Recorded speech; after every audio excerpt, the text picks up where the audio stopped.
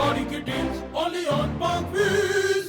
अस्सलाम वालेकुम पाकविलर्स, मेरा नाम है सुनील मंजर। मैं पाकविल्स वीकली के एक और एपिसोड के साथ आपकी खिदमत में हाजिर हूँ। आज की वीकली की जो सबसे पहली अनाउंसमेंट है वो टोयोटा की तरफ से है। टोयोटा ने अपना ई कॉमर्स स्टोर जो है उसको लॉन्च कर दिया है। अभी इनिशियली जो इसकी सर्विसेज है वो सिर्फ कराची के रेजिडेंट्स के लिए है और उसमें आप जो जेन्युइन मोटर ऑयल है टोयोटा का वो ऑर्डर कर सकते हैं, जो कि आपके डोर स्टेप के ऊपर डिलीवर किया जाएगा। सर्टिफाइड आपको पता होगा कि जेन्युइन मोटर ऑयल है, टोयोटा की तरफ से आ रहा है। अभी जो है डिलीवरी की सर्विस मैंने आपको बताया सिर्फ कराची के लोगों के लिए, और इसके अंदर मजीद सर्विसेज का और दूसरे शहरों का जब आगाज़ किया जाएगा तो मैं आपको साथ साथ बताता रहूँगा। इनका जो ई कॉमर्स स्टोर है उसका जो लिंक है वो भी मैं नीचे लगा दूंगा। अगर आपने कोई पार्ट ऑर्डर करना हो तो आप ई कॉमर्स स्टोर टोयोटा पे जाके ऑर्डर कर सकते हैं। इस वीकली की पहली न्यूज़ की तरफ चलते हैं। हमेशा हम पेट्रोल के रेट्स के बारे में आपको बुरी खबरें देते रहते हैं। डॉलर जो है वो डिक्रीज हुआ था लास्ट, जब हम सारे कह रहे थे कि गवर्नमेंट ने 5 रुपये डिक्रीज किया है और जब इंक्रीज करेंगे तो 15 रुपये हो जाएगा। सो पार्शली जो है आपका शक जो है वो तकरीबन दुरुस्त साबित हुआ है। पेट्रोल की जो प्राइस है मेरा ख्याल है वो 5 रुपये नीचे गई थी, वो 5 रुपये ऊपर आ गई है। अगेन हम जो है इस्तकबाल रमज़ान हमेशा जो है प्राइसेस इंक्रीज से करते हैं और इस साल भी ऐसा ही होगा। वैसे हमारे मुल्क में जो सूरत हाल है एक अजीब सी जो है ना बेरारबी का शिकार है। हर तरफ एक जंग का माहौल है,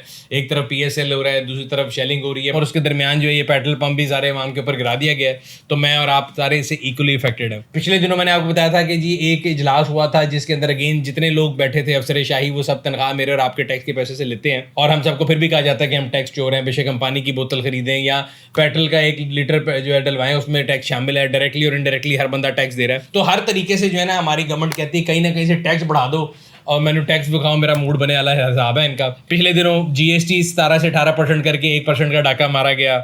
बेहिसाब फेसबुक पे शो डाल के हम सारे चुप हो गए। उन्होंने कहा ऐसी तैसी तानू दस दिया। उन्होंने फिर 7% बढ़ा दिया तो वो 18 से 25 कर दिया। लग्जरी डिफाइन कर दी 1400 सीसी प्लस गाड़ियाँ और तमाम गाड़ियों की प्राइसेस इंक्रीज होगी। तो होंडा ने मेरा ख्याल है चौथी दफ़ा प्राइसेस बढ़ाई हैं। वो भी टॉपिक बीच में है वीकली के, अगर आप पढ़ना चाहते हैं तो उसका भी लिंक लगा दूंगा। इस तरह टोयोटा भी पीछे नहीं रहा, उन्होंने भी बढ़ाई हैं। चंगान की प्राइसेस बढ़ गई हैं, एल्सविन हो या उनकी जो उशान है उसकी प्राइसेस बढ़ गई। अगर आपको लेटेस्ट प्राइसेस देखनी है तो पार्क व्हील्स के जो न्यू प्राइस सेक्शन है वहाँ पे जाएं। वहाँ पे ऑन रोड प्राइस कैलकुलेटर बना दिया गया। आप हर गाड़ी को लेने से पहले उसकी जो प्राइस चेक कर सकते हैं। और अब तो पिछले 1-2-3 महीने में इतनी दफ़ा प्राइसेस चेंज हुए हैं कि जो अपने आप को बड़ा ऑटो एक्सपर्ट समझता होगा ना वो भी गलती कर लेगा प्राइस में। तो इसलिए किसी चीज़ पर रिलाय ना करें, सिर्फ पार्क व्हील्स के न्यू कार सेक्शन पे जाएं और वहाँ पे जाके लेटेस्ट प्राइस जो अपडेटेड होती हैं उनको देख लें। मेरे ख्याल से तो हमेशा मैं इस बात को कहता हूँ कि मार्केट जो है ना अगर फेयर मार्केट चल रही हो तो वो डिटरमिन करती है प्राइसेस को भी, सप्लाई और डिमांड को भी गवर्न करती है। तो अभी जो मार्केट में प्राइसेस किसी भी गाड़ी की हैं, नई गाड़ी के, वो इररिलेवेंट है। बिकॉज आज तक पिछले 3-4 महीनों में जितनी प्राइसेस इंक्रीज हुई हैं उनमें से इंक्रीज प्राइस की इनवॉइस वाली गाड़ी मार्केट में अवेलेबल नहीं, सब पुरानी है। और वो भाई मौत को दिखा के बुखार पे राजी करने वाली बात है कि जी आज फॉर्च्यूनर 2 करोड़ रुपए का हो गया तो आप मेरे से 180 का ले लें। और वही रिपल डाउन इफेक्ट यूज गाड़ियों की मार्केट में भी है। एक तो सिंपल लॉजिक समझ आती है सप्लाई डिमांड में कि जो लोग नई गाड़ी लेने के लिए मार्केट में थे वहाँ से निकल के पुरानी में आ गए। तो पहले अगर 100 लोग थे मार्केट में, 40 जो है यूज लेते थे या 40 जो है नई लेते थे, 60 यूज लेते थे, वो 100 के 100 यूज में आ गए। तो ऑब्वियसली डिमांड साइड ऊपर चली गई है, सप्लाई उतनी है यूज गाड़ियों की तो उनकी प्राइस थोड़ी बहुत तो ऊपर जाएगी। बट जितनी एक्सोबरेंटली हाई लोग प्राइसेस मांगते हैं वो प्रैक्टिकल नहीं है। और जो मैं आपसे बात कर रहा हूँ उसकी हकीकत ये है कि अगर आप अगला टॉपिक पढ़ लें कि कार सेल जो है वो 3 साल के लोएस्ट पे है। हम तकरीबन 2 से 2.5 लाख गाड़ियाँ प्रोड्यूस कर रहे थे और अभी की जो फिगर है वो मेरा ख्याल है 1.25 लाख या 1.5 लाख के करीब थी पिछले साल की, और अभी जो है वो उससे भी नीचे आने की उम्मीद है। बिकॉज जो साल के पहले 3 महीने हैं मेरा ख्याल है वो अभी काफ़ी लो पे जा रहे हैं, जबकि जनवरी हमेशा ऐसा साल का महीना होता है जिसमें काफ़ी सेल्स ऊपर जाती हैं। बिकॉज दिसंबर में लोग गाड़ी ले रहे होते हैं कि नया साल का मॉडल काउंट हो जाएगा। बट अभी जो है वो गाड़ियां उस तरह नहीं बिक रही और ये उस बात का सबूत है कि जो गाड़ियों के रेट जो मर्जी हो जाए, मेरे ख्याल से जब तक वो कस्टमर उसको खरीदेगा नहीं वो प्रैक्टिकल रेट नहीं है। अच्छा, एक और बड़े मजे के टॉपिक आ रहे हैं कि हाइलेक्स और फॉर्च्यूनर ऑल्टो से ज़्यादा बिक गई या सिटी और एल्टस जो है फॉर्च्यूनर से ज़्यादा बिकी। मैं 2 आर्टिकल्स पढ़ रहा था, लोग कहते हैं महंगाई है लेकिन अमीर से अमीर तर हुई जा रहा है, फॉर्च्यूनर जो है वो ऑल्टो से ज़्यादा बिक गया। ग्राउंड रियलिटी ये है कि फॉर्च्यूनर बन रहा है और ऑल्टो बन नहीं रही। जब एक फैक्ट्री बंद है वो गाड़ी प्रोड्यूस ही नहीं कर रही तो वो उसको कंपैरिजन मुझे नहीं समझ आता क्यों है, लेकिन फिर भी लोग बड़े खुश होते हैं पढ़ के और लिखने वाले लिख के। पिछले हफ्ते एक और न्यूज़ आई थी कि होंडा ने भी अपना प्लांट बंद कर दिया है। सो बात खैर हो रही थी कि गवर्नमेंट के जो ईवान होते हैं या जो हमारे पार्लियामेंटेरियंस हैं जिन्होंने असूल साजी करनी है, उनने जहाँ तक अपनी मराहत होती हैं तो अगर आप देखें हर साल वो बढ़ती जाएंगी, उनके अलाउंसेस भी बढ़ते जाते हैं, उनको अपने आप की तनख्वाहों को भी उन्होंने पैक किया हुआ है कि अगर इन्फ्लेशन हो रही तो उनकी तनख्वाह बढ़ती जाएगी। लेकिन जब आवाम की बारी आती है तो वो उनकी इनकम नहीं हमारी बढ़ाते, हमारे लिए टैक्स बढ़ाते रहते हैं हर चीज़ में कोई ना कोई। और अभी एक और जिसे कहते हैं ना इंतहाई स्टूपिड किस्म की एक आर्गूमेंट या एक जो है ना सजेशन पेश की गई है कि जो पेट्रोल है ना मोटरसाइकिल वाला उसको सस्ता देंगे और महंगा देंगे गाड़ी वाले को, जिसके ऊपर डिफरेंट इकोनॉमिस्ट ने क्या बोला है, अली खिजर क्या कहते हैं, मार साहब क्या कहते हैं, वो आप नीचे जाके हमने ब्लॉग का लिंक लगा दूंगा, पढ़ सकते हैं। और बिल्कुल सही बातें कह रहे हैं, ये आज से नहीं हो रहा है, बचपन से हम सुनते आ रहे हैं। तो आपका जो इंपोर्ट बिल है उसमें सबसे ज़्यादा जो है ना कॉन्स्टिट्यूट जो चीज़ करती है वो पेट्रोल है। पहली बात तो ये कि आप कैसे सर्टन करेंगे कि जो पेट्रोल आपने जो दिया है डिपो पे या पेट्रोल पंप पे दिया है वो मोटरसाइकिल में डला है। मैं अपने V8 जाके अपने दोस्त के जो है पंप से जाकर डलवा लूँ और वो कह दें हाँ जी ये मोटरसाइकिल में डला था, वो उसकी 25 रसीदें बना दे 10-10 लीटर की, वो 250 लीटर में लेके चले जाऊँ। आप कैसे मॉनिटर करेंगे? जब इसको पूरी इकोनॉमी भी लेके जाएंगे तो फिर पता लगेगा at the end of the month, पता लगेगा पाकिस्तान में किसी ने गाड़ी में पेट्रोल डलवाया नहीं, सारे मोटरसाइकिल में डलवा के ले गए। इससे बेहतर तरीका मेरे पास है, अगर किसी जो है ना जो एसी कमरे में बैठ के V8 गाड़ियों में डालों के पीछे फिरते हैं और हमारे लिए पॉलिसियाँ बनाते हैं गरीबों के लिए, उनके पास पहुँचे तो शायद दिमाग के पट खोल के सुन लें। तो जो मोटरसाइकिल है वो लो फ्यूल ग्रेड के ऊपर भी चल सकता है एज अपोज टू कार्स। तो आप मोटरसाइकिल के लिए डिफरेंट फ्यूल ग्रेड जो है ना वो इम्प्लीमेंट कर सकते हैं, वो सस्ता लाके सस्ता बेच सकते हैं, जो कि मोटरसाइकिल वाले डालेंगे उससे गाड़ी नहीं चल सकती।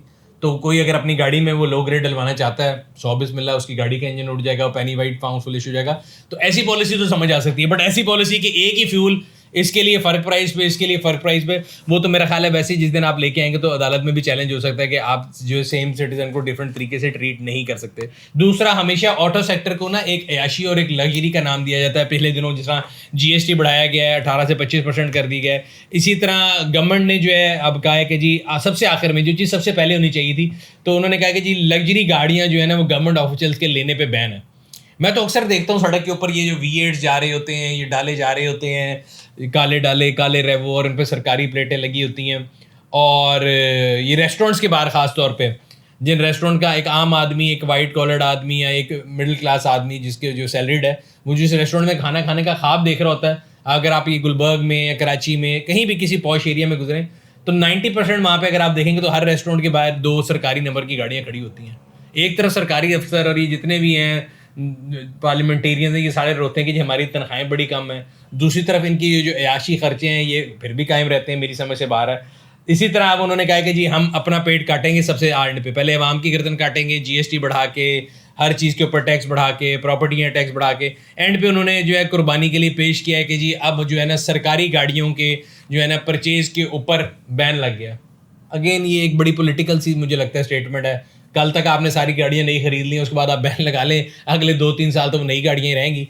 होना तो ये चाहिए कि आप आइडली करें ये कि आज आपने डिफाइन कर दिया कि 1400 सीसी गाड़ी के ऊपर जो लग्जरी टैक्स लगाया है वो लग्जरी है ना, तो जितनी सरकारी गाड़ियाँ ना, जैसा जुनेजा साहब ने किया था 1400 सीसी पर, सबको ऑक्शन कर दें। तो फिर आए ना बराबर साफ में खड़े हो जाते हैं। 1400 सीसी से ऊपर लग्जरी है, सारे नॉन लग्जरी पे आए, पूरे पाकिस्तान का हर बंदा आपके साथ खड़ा होगा कि जी ठीक है मुश्किल के लम्हात हैं, बिल्कुल लम्हात मुश्किल के हैं, लेकिन ये नारों तक ना रखें, प्रैक्टिकल भी लेके आएं। पाक व्हील्स इवेंट की तरफ चलते हैं। लास्ट वीक हम लोगों ने बड़ा खूबसूरत ऑटो शो किया था गुजरांवाला में। मैं शुक्रिया अदा करना चाहूँगा गुजरांवाला के अवाम का, जो कि बहुत ज़्यादा तादाद में आए वहाँ पे और एक बहुत अच्छा दिन गुजरा। कोविड के ब्रेक के बाद ये गुजरांवाला में हमारा जो है ऑटो शो काफ़ी अरसे बाद हुआ था, तो बहुत अच्छा शो था, तो बहुत शुक्रिया गुजरांवाला।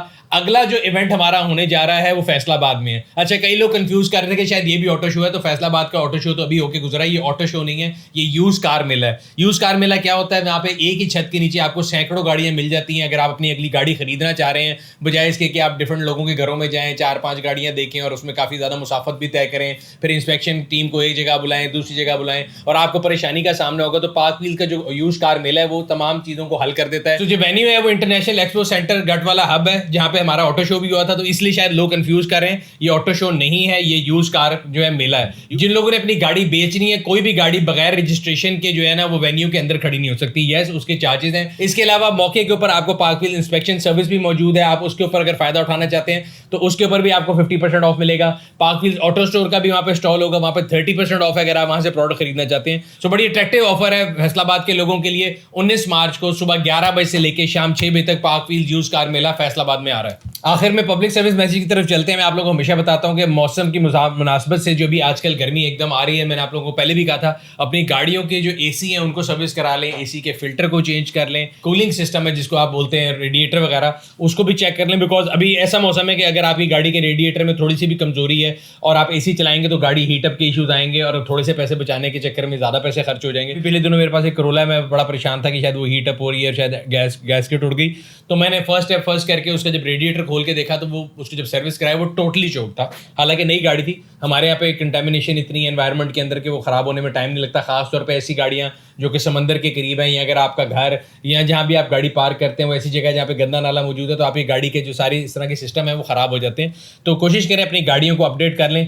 गर्मी आ रही है बहुत स्पीड के साथ, दरख्त हमने छोड़े नहीं है, साया हमें मिलता नहीं है, फिर भी कोशिश करें जब गाड़ी कहीं खड़ी करें तो साए की जगह पे हो, ताकि आपकी गाड़ी जो है वो महफूज रहे। और ख़ास तौर पे गाड़ी के अंदर एरोसोल स्प्रे, डिओड्रेंट, परफ्यूम की बोतलें ना रखें, बिकॉज जब धूप ज़्यादा होती है, गर्मी ज़्यादा होती है तो वो फट सकती है। और दूसरा, हमारे सड़कों के अंदर मैं हमेशा लोगों से बात करता हूँ कि हमारे पास जो हम लोग बात करते हैं कि जी सड़कों के अंदर ट्रैफिक बहुत ज़्यादा होगी, तो सड़क के ऊपर ट्रैफिक ज़्यादा होना मसला नहीं है, ट्रैफिक के अंदर नज़्म व ज़ब्त का ना होना हमारा मसला है, हमारे अंदर सब्र की कमी होने का मसला है। हम लोग जो है ना, खास तौर पर अगर आपके भी किसी चौक पर जाएँ और वहाँ ट्रैफिक ब्लॉक हो तो उसकी वजह ये होती है कि पहले मैं हर बंदा पहले मैं के चक्कर में आ रहा होता है, वो सड़क ब्लॉक हो जाती है और आप अपना 1 मिनट बचाने के चक्कर में घंटों ज़ाया करते हैं।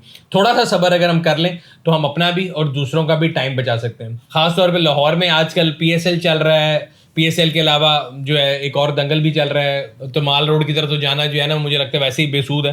तो जब भी आप निकलें तो ट्रैफिक प्लान देख लें, तो आपको फ़ायदा ये हो जाता है कि अगर आप रश आवर में निकलेंगे तो आप 2 घंटे में एक डेस्टिनेशन पर पहुंचेंगे। उससे बेहतर ये कि आप 2 घंटे जिस जगह पे वहीं पे रह के अपना कोई और प्रोडक्टिव काम कर लें और 2 घंटे बाद निकलें तो शायद आप 15 मिनट में पहुंच लें। उससे आपका सड़क पे फ्यूल बचेगा, आप फ्रस्ट्रेटेड नहीं होंगे, आपको गुस्सा नहीं आएगा, आपकी जो नर्व्स हैं उनके ऊपर जो है वो बोझ नहीं पड़ेगा, और एट द एंड सड़क पे भी रश कम होगा। जब आप उस रश का हिस्सा नहीं होंगे तो वो रश भी कम होता रहेगा। तो ये छोटे मोटे स्टेप हैं जिससे हम अपनी गाड़ी की फ्यूल एवरेज को भी बेहतर कर सकते हैं, अपनी जेब के ऊपर भी उसको हल्का कर सकते हैं, बिकॉज गवर्नमेंट ने या किसी और ने आपके बारे में सोचना, हमने अपनी जेब के बारे में खुद ही सोचना है। इंशाल्लाह ताला अगले हफ्ते रमज़ान का आगाज़ हो चुका होगा, तो आप सबको एडवांस में रमज़ान मुबारक। और रमज़ान की आमद से पहले मैं हमेशा ये बात करता होता हूँ कि रमज़ान में ख़ास तौर पे जो वाक़यात है ना सड़क के ऊपर, जो लड़ाई और रोड रेज के, वो बढ़ जाते हैं। हर किसी को अफ्तारी के टाइम पे घर पहुंचना होता है और सड़क के ऊपर एक जो रहता है ना, एक हुड़ाहुड़ी मची होती है। तो उससे बेहतर ये है कि आप अगर अपने टाइम को बेहतर मैनेज करेंगे तो रमज़ान के अंदर भी जो आप अपने रोज़े के अंदर जो बर्दाश्त का सबक है वो, और जो है ना सब्र का दामन अपने हाथ में रखेंगे और दूसरों से लड़ाई के बजाय अपना जो टाइम है वो इबादत में निकालेंगे और बेहतर तरीके से उसको सर्व करेंगे। ये था आज का वीकली, उम्मीद करते हैं आपको पसंद आया होगा। अगर अभी तक आपने हमारे यूट्यूब चैनल को सब्सक्राइब नहीं किया, सब्सक्राइब करें, बेल आइकन पर क्लिक करें ताकि आपको आने वाले तमाम वीडियोज़ के बारे में नोटिफिकेशन मिलता रहे। आपसे अगले हफ्ते फिर मुलाकात होगी, तब तक अपना और अपने कितने वाक्यों का ख्याल रखिएगा। शुक्रिया। Gaudi Kittens, only on Parkville.